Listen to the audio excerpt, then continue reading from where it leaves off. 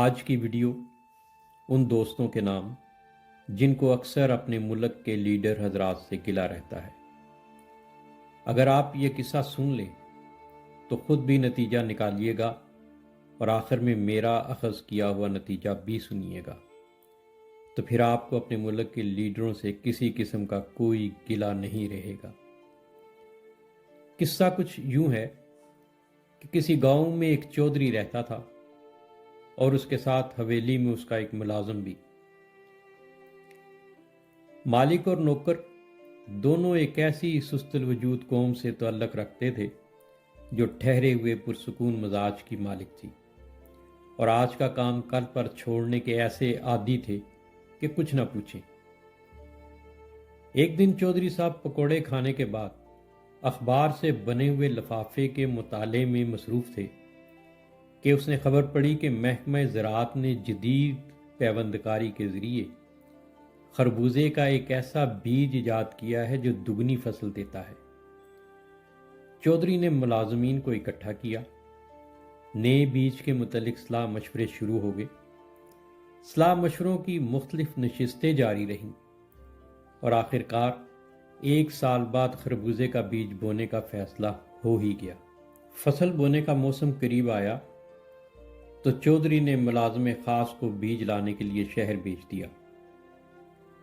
مراسی لاری پر طویل سفر کرنے کے بعد شہر پہنچا تو تھکاوٹ سے چور تھا۔ وہ شہر میں اپنے ایک عزیز کے گھر گیا تاکہ چند دن آرام کر کے سفر کی تھکاوٹ دور کرے اور بیج خرید کر واپس گاؤں جائے۔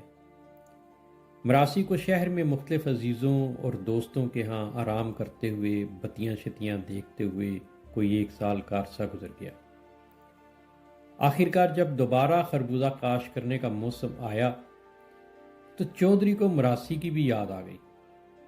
اس نے فوراً ایک اور نوکر کو شہر بھیجا تاکہ مراسی کو ڈھونڈ کر لائے۔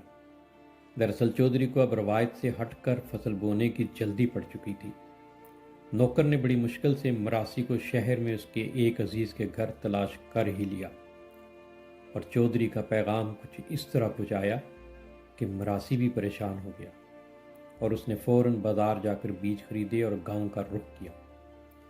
جب مراسی گاؤں پہنچا تو بڑی سخت بارش ہو رہی تھی، اور ادھر چودھری صاحب حویلی کے برآمدے میں چہل قدمی کر رہے تھے کہ ان کی نظر دور سے آتے ہوئے مراسی پر پڑی، اور مراسی نے بھی چودھری صاحب کو دیکھ کر تھوڑی سی چستی دکھانے کی کوشش کی اور جلدی جلدی حویلی کے دروازے پر پہنچنا چاہا، اور اس کا پاؤں ایسا پھسلا کہ وہ دھڑام سے بوری سمیت زمین پر گر گیا۔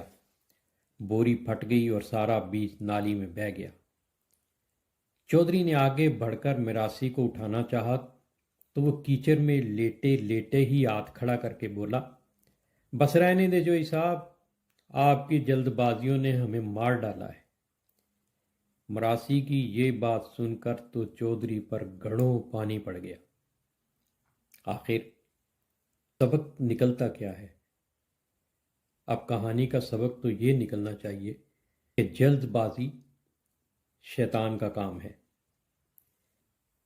اب یہ جلد بازی فصل بونے میں کی جائے یا ملک میں ڈیم وغیرہ بنانے میں کی جائے، ملک میں دہشت گردی ختم کرنے کے سلسلے میں کی جائے، یا لوڈ شیڈنگ اور مہنگائی پر قابو پانے میں، یہاں تعلیمی نظام اور ہسپتالوں کو بہتر کرنے کے لیے ابھی تو ایک عمر پڑی ہوئی ہے۔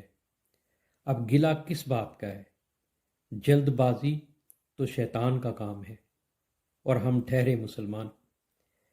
اب فیصلہ آپ نے کرنا ہے، کیا کسی مسلمان کو جلد بازی سیب دیتی ہے؟ اب لائک اور شیئر ضرور کر دیجیے گا۔ چوئی صاحب کی طرح فیصلہ اگلے سال پر مت ڈالیے گا۔